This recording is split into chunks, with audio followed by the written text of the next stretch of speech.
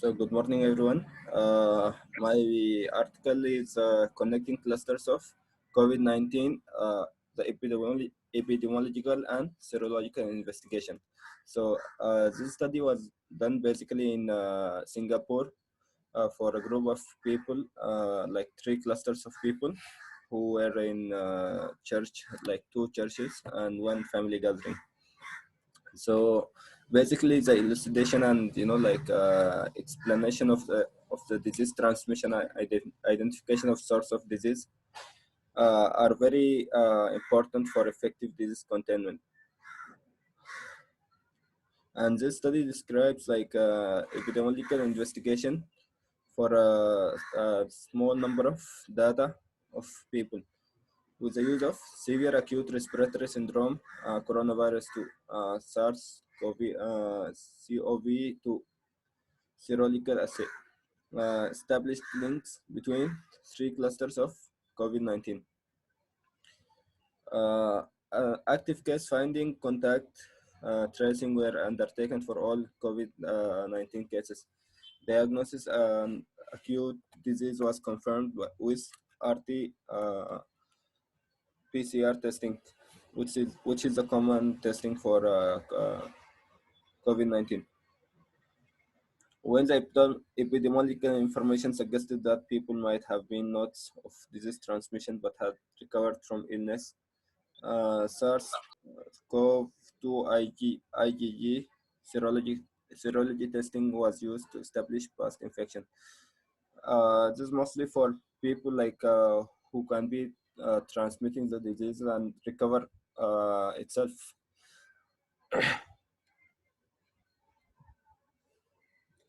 So as I told you, three clusters of COVID-19, comprising of 28 locally transmitted cases. So they have been identified in Singapore, and they were from two churches and one family gathering. The clusters in Church 1 and Church B were linked by individual from Church 1, which is represented as A2, who transmitted SARS-CoV-2 infection to the primary case from Church B, which is represented as F1. At a family gathering, they both attended on Jan 25, 2020. All cases were confirmed by RT-PCR testing because they had active disease, except for A2, who had, at the time of testing, recovered from their illness and tested negative. So basically, like this A1 patient was already having the virus, and he has contracted to others.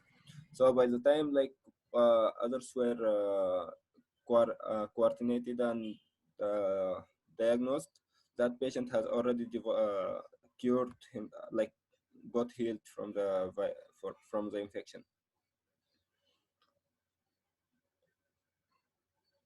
This individual was eventually diagnosed with past infection. Serological testing, ELISA assay, shows an optical density of more than 1.5 for SARS-CoV nucleoprotein and receptor binding domain antigens in titers up to 1/400, and viral neutralization was noted in liters up to 1/320.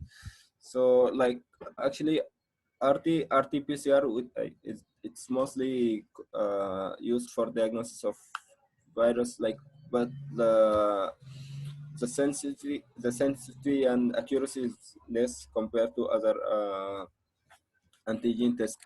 So ELISA test and serological testing is mostly more effective for this kind of cases.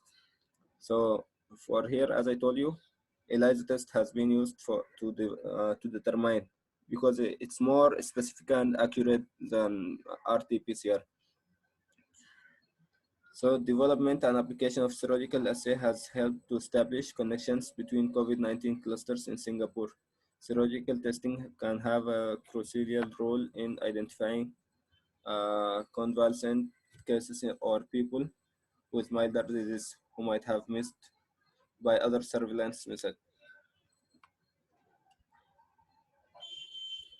So this study is being funded by National Research Foundation in Singapore and National Natural Science Foundation in China and National Medical Research Council. So introduction. As of April 15, 2020, more than 1.9 million cases of coronavirus disease and more than 1 lakh 20 deaths from the disease have been recorded worldwide.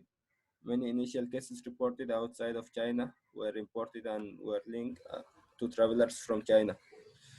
However, as community transmission has become widespread, the source of cases of COVID-19 in several countries has not been established. In Singapore, a globally connected city-state in Southeast Asia, health officials have attempted to contain the spread of COVID-19. Although intensive epidemiological investigations coupled with the isolation of cases and quarantine of close contacts, however, establishing the source of infection to ascertain the possible extent of spread can be difficult because scant epidemiological data might be available. Even when possible nodes of transmission are retrospectively identified through epidemiological investigation, nucleic acid-based tests would not be uh, diagnostically useful if like if these infected individuals have recovered and no longer shed the virus. Hence, serological testing are needed to identify the convalescent cases and aid the investigations and containment efforts. We present findings of investigations from Jan 29 to February 2020. So this mostly this basically the duration from when the studies have been done for the patients. Links with people with COVID-19 from Wuhan, China, to 3 clusters of uh, COVID-19 cases in Singapore. Serological testing had a crucial role in establishing a link between clusters, showing its use in identifying convalescent COVID-19 cases and supporting epidemiological investigations. So the method, as I told you, like surveillance methods and identification of cases, like mostly serological testing, like ELISA test and PCR is like a basic one. In Singapore, several surveillance methods are used to identify people with COVID-19. On Jan 2nd of this year, a suspect case definition of COVID-19 was circulated to all doctors in Singapore. Doctors are legally required to notify the Ministry of Health of cases of COVID-19. From Jan 31st, Singapore began testing all patients with pneumonia in hospital for severe acute respiratory syndrome, coronavirus 2. This testing was later expanded to include people with pneumonia in primary care. The diagnosis of COVID-19 is confirmed either by respiratory sample testing positive for SARS-CoV-2 using laboratory-based RT-PCR or by serum sample testing positive for SARS-CoV-2 on serological analysis. So once individuals with COVID-19 were identified, their activities from 14 days before symptom onset until they were isolated were mapped and their close contact traced. So basically, there are many articles that shows there are like inaccuracy in this RT-PCR. So even in many countries and many patients have developed have tested for COVID-19 and they like the result came negative. And on repeated testing, after that patients could come to know that they are positive. So that's why RT-PCR is not much effective. But it's like for people who have passed the 14 days like incubation period, it's very good. But also it has inaccuracy up to a certain extent. So, contact tracing before symptom onset was done to identify the source of exposure that led to the case being infected, allowing for further active case finding around the source. Contact tracing after symptom onset until isolation was done to identify exposed individuals to quarantine back to break the transmission chain. Both these approaches were part of containment strategy. A close contact was defined as anyone who had prolonged contact within 2 meters of the case. All close contacts with active or recent symptoms were tested, whereas those who were asymptomatic and exposed while the case was symptomatic were quarantined. Activity maps were reviewed and cross-checked to establish potential exposure and identify possible epidemiological links between cases and clusters. All epidemiological investigations and outbreak containment measures were implemented under the Infectious Disease Act, which allows use of data for analysis to control outbreaks. Well, was established at the Duke National University of Singapore Medical School.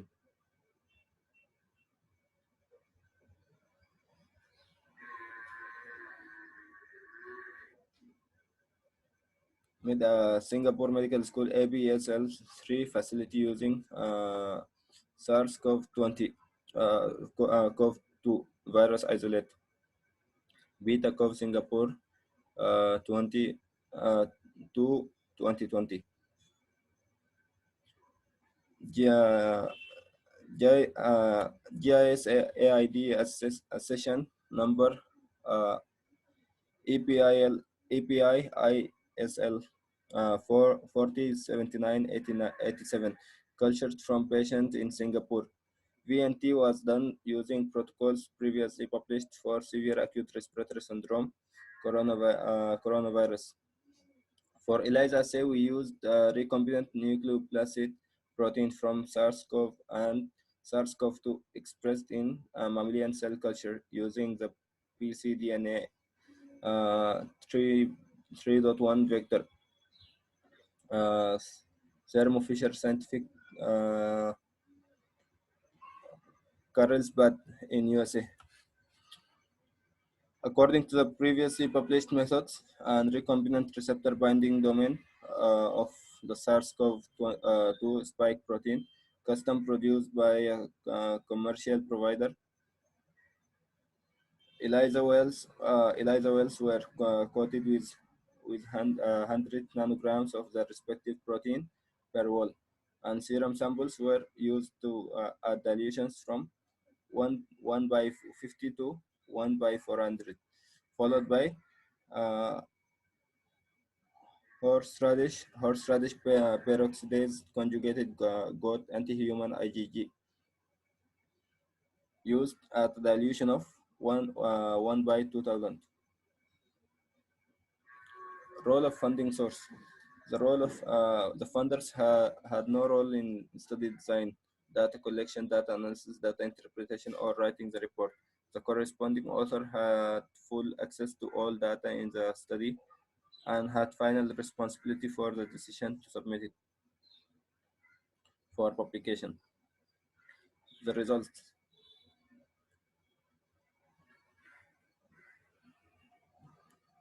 As of April 6, 2020, Singapore had recorded 1,375 cases of COVID-19, of which 54 were imported and 821 locally transmitted. Three clusters were identified that involved two churches and one family gathering.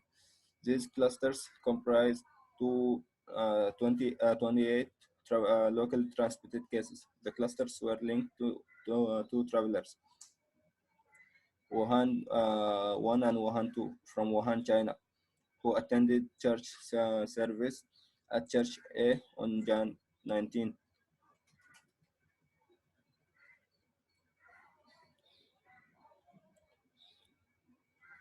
So this is a church, like this triangle is the church service. Okay, and here are Wuhan patient 1 and W2 patient who have attended the church service. As you can see here, the blue is like church 1, church A, and this symbol is primary case of cluster. They have all attended here the church service. And this A2, the patient who had contracted the virus to the F1, who came here for family gathering and met with a F1 patient and hence contracted the virus. And this is the F1 patient who went to the church after the family gathering and interacted with the people there in the church.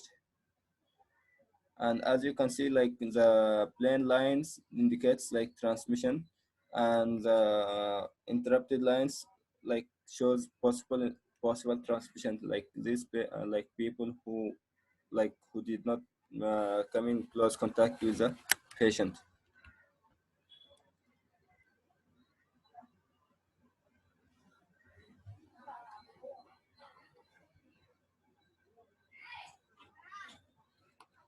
So the clusters at church A and B were linked by one individual from church A.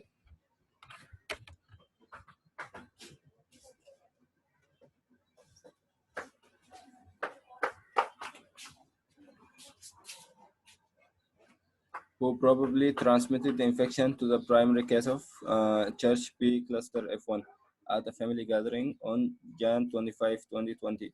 All cases were confirmed by RT-PCR testing except for A2, who was diagnosed by serological testing as he or she has showed negative on RT-PCR. The clusters at Church A and Church B were detected in early February and mid-February respectively. Although W1 and W2 patients were diagnosed with COVID-19 at the end of Jan, their possible link to Church A was only discovered after the Church A cluster was identified through investigation and repeat reviews. By that time, A2 had recovered from COVID-19 and was not immediately linked to either cluster. Family members who had been infected at the family gathering on Jan 25, 2020 were first linked to F1 and were initially regarded as part of the cluster at Church B. However, subsequent investigations into case histories indicated that the family cluster was a distinct cluster and that A2 was most probably missing link between two church clusters. This idea was substantiated when A2 serological results were confirmed to be positive. 5 locally transmitted cases of COVID-19 A1 to A5 were linked to Church A. As I told you, like in patient A1, A2 has come in contact with some people in church.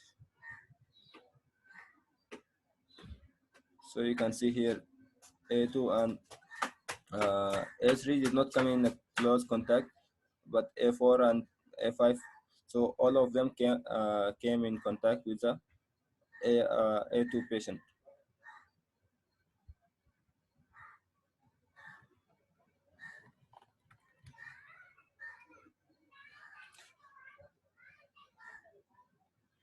These people attended a church service on Jan 19, 2020, the same day Wuhan W1 and W2 patients visited the church.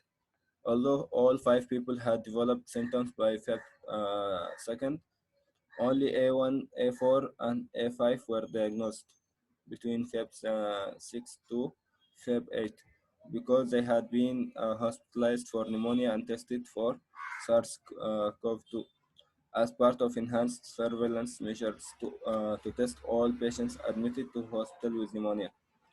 A2 and A3 were not diagnosed when symptomatic in late Jan because their symptoms were mild and did not meet the suspect case definition at that time. A2 and A3 were tested only after mapping of activities and movements of other cases suggested that A2 could be the missing link between the clusters at Church A and Church B.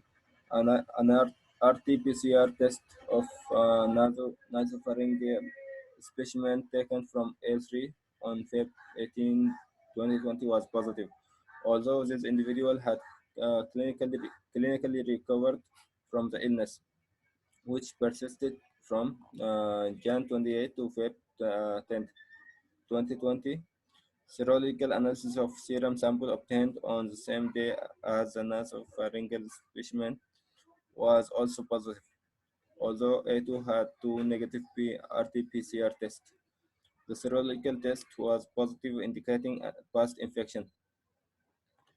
A2 and A3 attended Chinese New Year family gathering on Jan 25th on this year at home of F1. 9 cases, A2, A3, and F1 to F7 were linked to this family gathering. A2, whose symptoms started on Jan 23, was unwell at this event and most probably was a primary.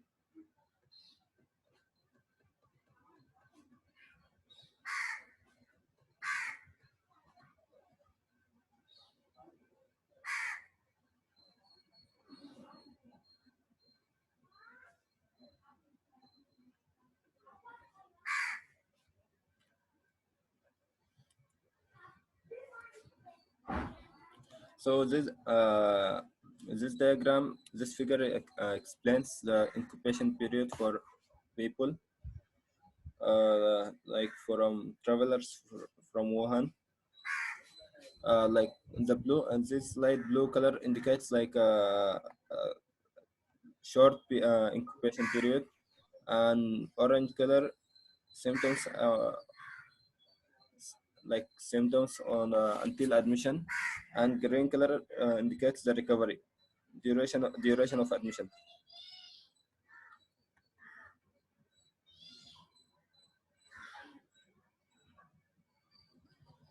And red color indicates the symptoms symptoms appearance but no admission.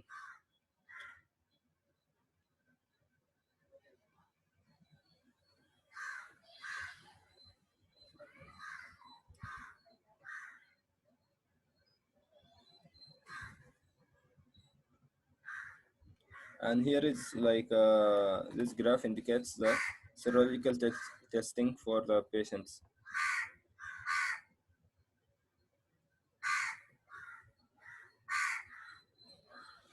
So L3 developed symptoms later on Jan 28 and was therefore unlikely to be the source of infection at this gathering.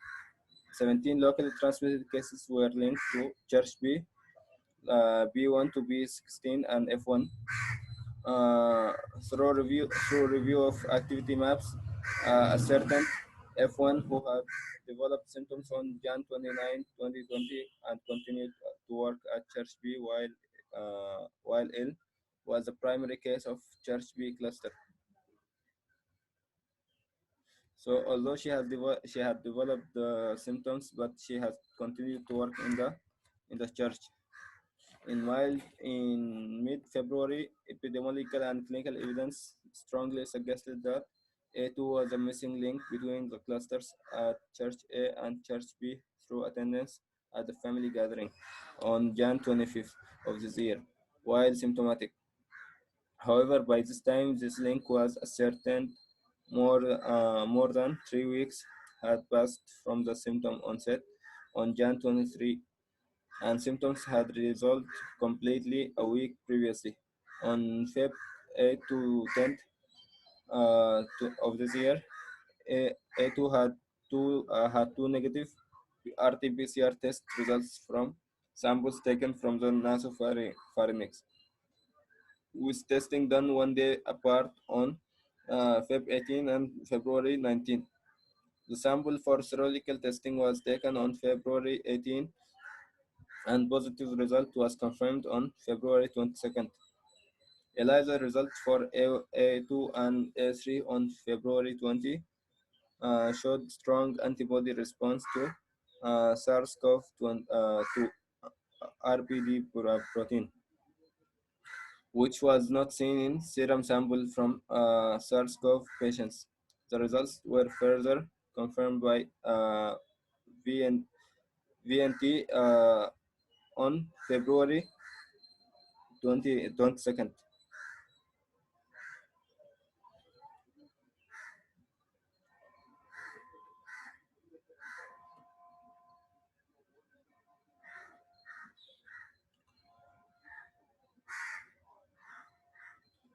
So coming to the discussion, the investigation shows how SARS-CoV serological analysis ELISA detecting IgG and VNT detecting neuralizing antibodies.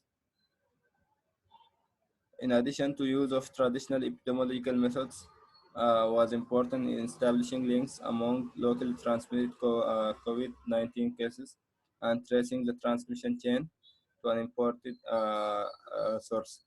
Detection of COVID-19 can be difficult because of non-specific mild respiratory symptoms in many affected individuals, and because of some people might recover without being diagnosed. Although PCR tests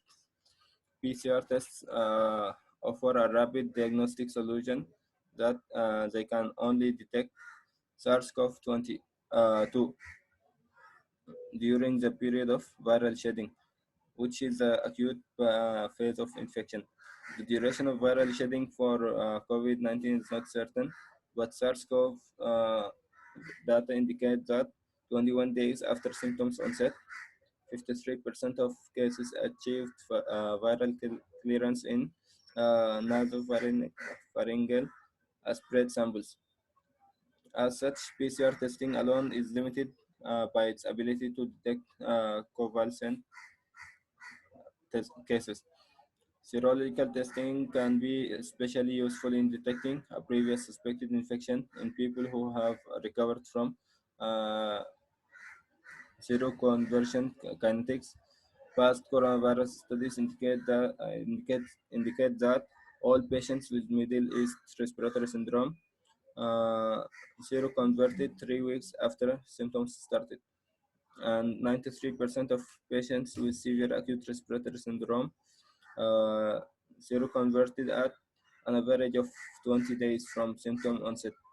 The first preliminary analysis of SARS-CoV-2 IgM and IgG indicated that the antibody response in COVID-19 patients is similar to, if not these times. Cross-reactivity in immunoglobulins to closely related viruses such as SARS-CoV is a potential issue. But our RPD-based ELISA showed sufficient differentiation power, a finding further supported by VNT results.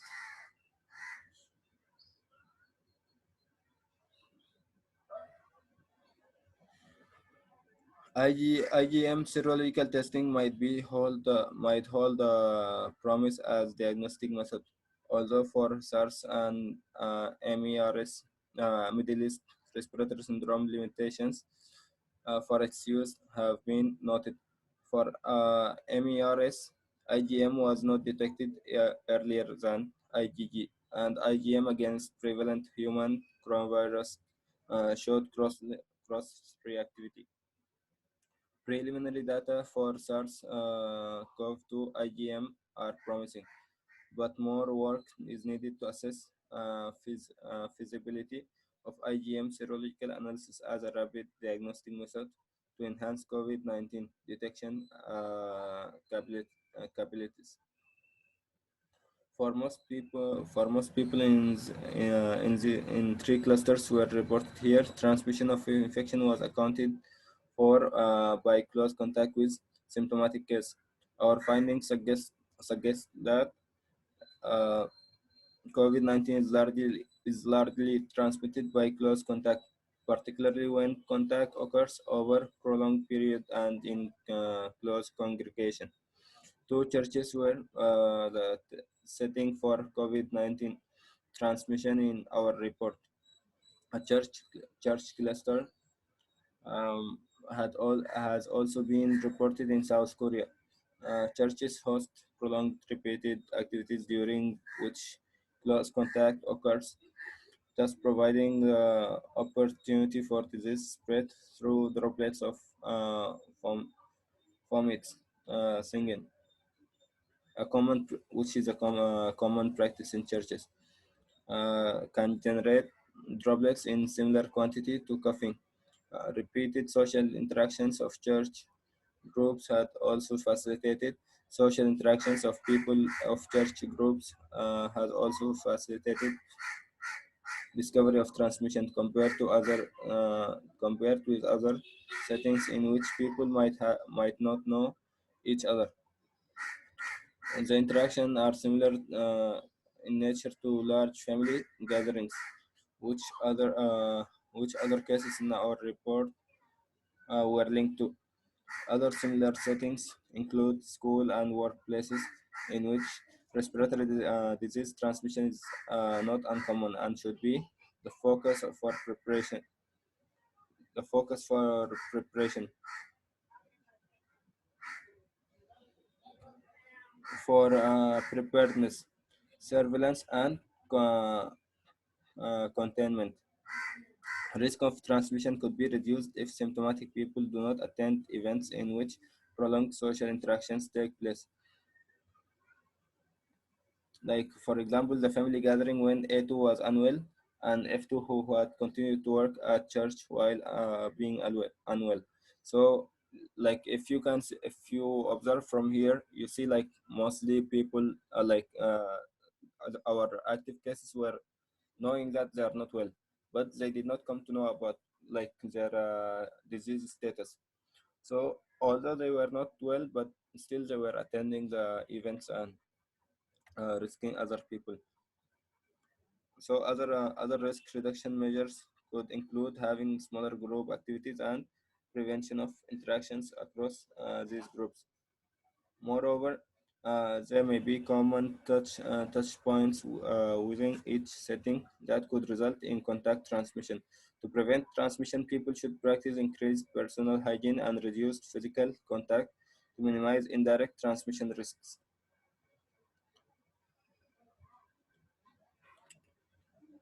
Linking disease transmission to an imported source and contact tracing for each identified case has facilitated a high capture of cases in Singapore.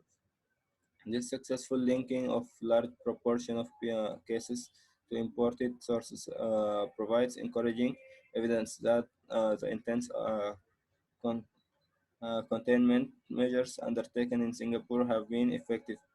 The three clusters we reported here occurred relatively early in the emergence of COVID-19 in Singapore within 4 weeks of the first imported case. As the epidemic continues, it might be progressively difficult to establish linkage between relying on traditional epidemiological methods alone. Challenges include difficulty in obtaining information from cases and contacts, which could be inaccurate because of recall and other biases. In our investigation, information for symptom onset of W1 and W2 was based on case history alone and could not be independently corroborated. In such instances, determining the transmission chain would have to account for possible inconsistency in case history and rely on triangulations with other methods. The development and adoption of additional laboratory techniques such as serological testing and phylogenetic analysis by whole genome sequencing could help to identify possible links between cases, and serological testing is a key method for the response to COVID-19 epidemics.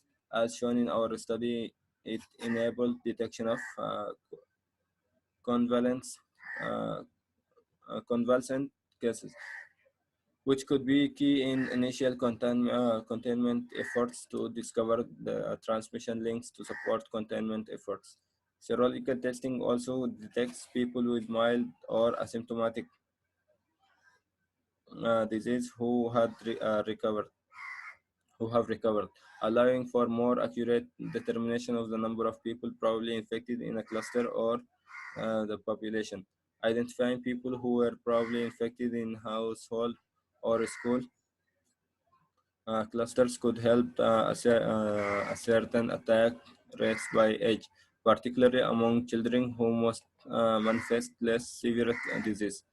Calculating population level attack rates is also important to estimate disease incidence and case fatality rate.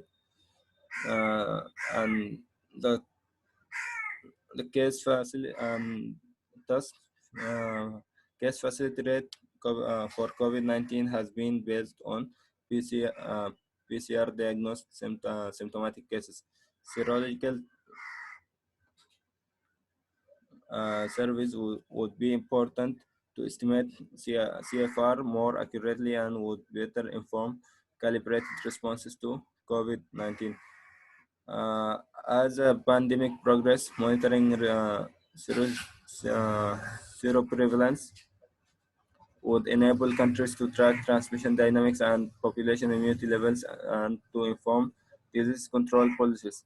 Such monitoring would necessitate the development of ready serological testing solutions that are cost effective and establishment of population level surveillance programs to obtain blood samples. Development and application of serological assays has helped to, mm, to unravel connections between the three clusters of COVID-19 in Singapore, linking the disease to two travelers from China. Serological assay should be considered to identify mild or subclinical infections in the community. So that's a journal published on April 21st of this year. And here are some references.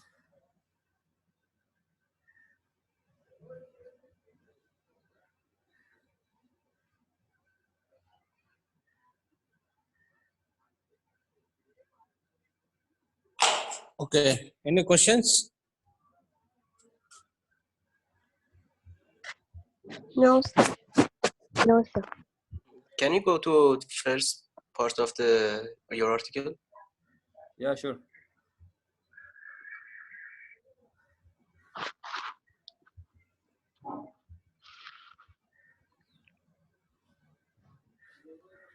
Running.